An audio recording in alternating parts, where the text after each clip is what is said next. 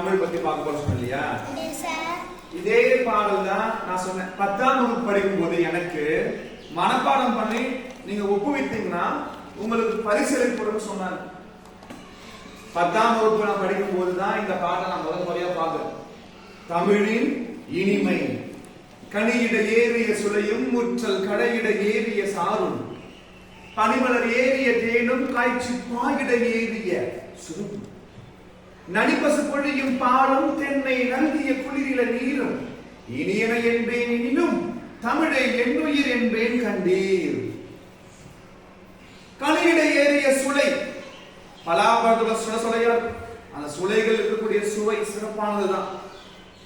கடையிட ஏறிய சாரும் கரும்பு சாறு சுவையானதுதான். பனிமலர் ஏறிய தேனும் ஒவ்வொரு பூக்கள்ல உட்கார்ந்து தேனி பூக்கள் எடுத்து போய் தேன் சேகரிக்கும், அதுவும் சுவையானதுதான். காய்ச்சி பாகிட ஏறிய சுவையும் வீட்டுல அம்மா பொருளா உண்ட அதிரசம் செய்யறதுக்கு ஏலக்காய் வெள்ளம் இஞ்சி போட்டு கொதிக்க வைப்பாங்க. அப்படியே ஸ்மெல் அப்படியே அற்புதமான வாசனை வரும், அதுவும் சுவையாதான் இருக்கும்.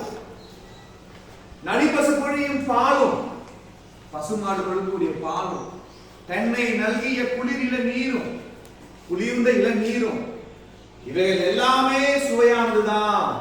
ஆனாலும் இவைகள் அனைத்தையும் விட சுவையானது சிறப்பானது எது?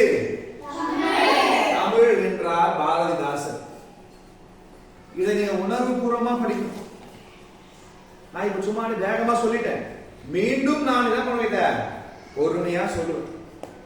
அப்ப என்ன பண்ணுவீங்க, நல்லா கவனித்து நீங்களும் என்னை விட சிறப்பா சொல்லணும். சொல்லாமா? தமிழின் இனிமை கனியிட ஏறிய சுளையும் முற்றல் கடையிட ஏறிய சாரும்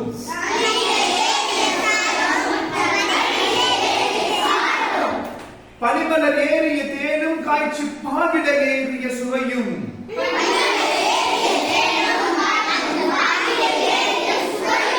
நனிபசு பொழியும் பாலும் தென்னை நல்கிய குளிரில நீரும்